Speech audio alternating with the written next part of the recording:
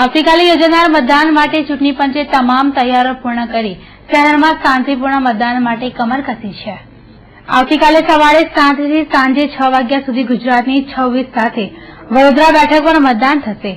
ભારતની લોકશાહીના આ મહારાષ્ટ્રીય પર્વને પગલે શહેરમાં જબરજસ્ત ઉત્સાહ છવાઈ ગયો છે। વડોદરા સહિત ગુજરાતમાં મતદાનના રેકોર્ડ બ્રેક થાય તે માટે તંત્રએ ખૂબ જ પરિશ્રમ કર્યો છે।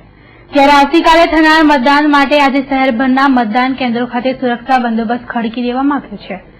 વહીવટીતંત્ર દ્વારા ઈવીએમ મશીન સાથે ચૂંટણી કાર્યમાં જોડાયેલા સ્ટાફને જરૂરી સૂચનાઓ સાથે મતદાન કેન્દ્રો ખાતે રવાના કરવાનું આયોજન કરવામાં આવ્યું હતું। મુખ્ય જિલ્લા ચૂંટણી અધિકારીના સીધા માર્ગદર્શન હેઠળ પ્રિસાઇડિંગ ઓફિસરોએ ઈવીએમ મશીનોની ચકાસણી સાથે ઈવીએમ લઈ મતદાન કેન્દ્ર ખાતે રવાના થયા હતા।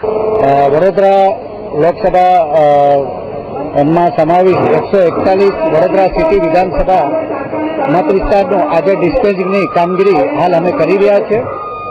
અમારા ટોટલ 219 મતદાન મથકોમાં અમે પ્રિસાઇડિંગ ઓફિસર અને તેમના મતદાન ટુકડીઓને અત્રેથી ઈવીએમ અને તેમની મતદાન મથકની તમામ સામગ્રી નું ડિસ્પેચિંગ કર્યું છે અને તમામ રૂટો લગભગ ટૂંક સમયમાં બધા રવાના થઈ જશે।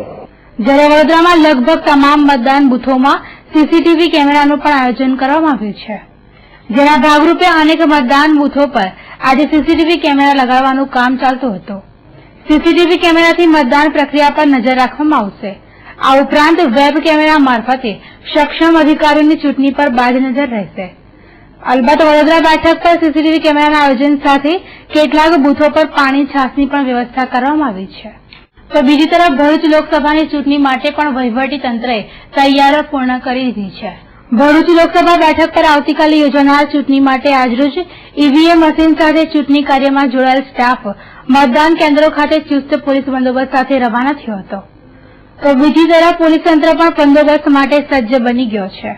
પોલીસે ગ્રુપ પેટ્રોલિંગ સાથે પોલીસ અધિકારીઓનો કાફલો મતદાન કેન્દ્રમાં ફરજ બજાવવા તૈનાત કરી દીધો છે। પોલીસે ભરૂચના મતદાન કેન્દ્રો ખાતે આજે મોરચો સંભાળી લીધો છે।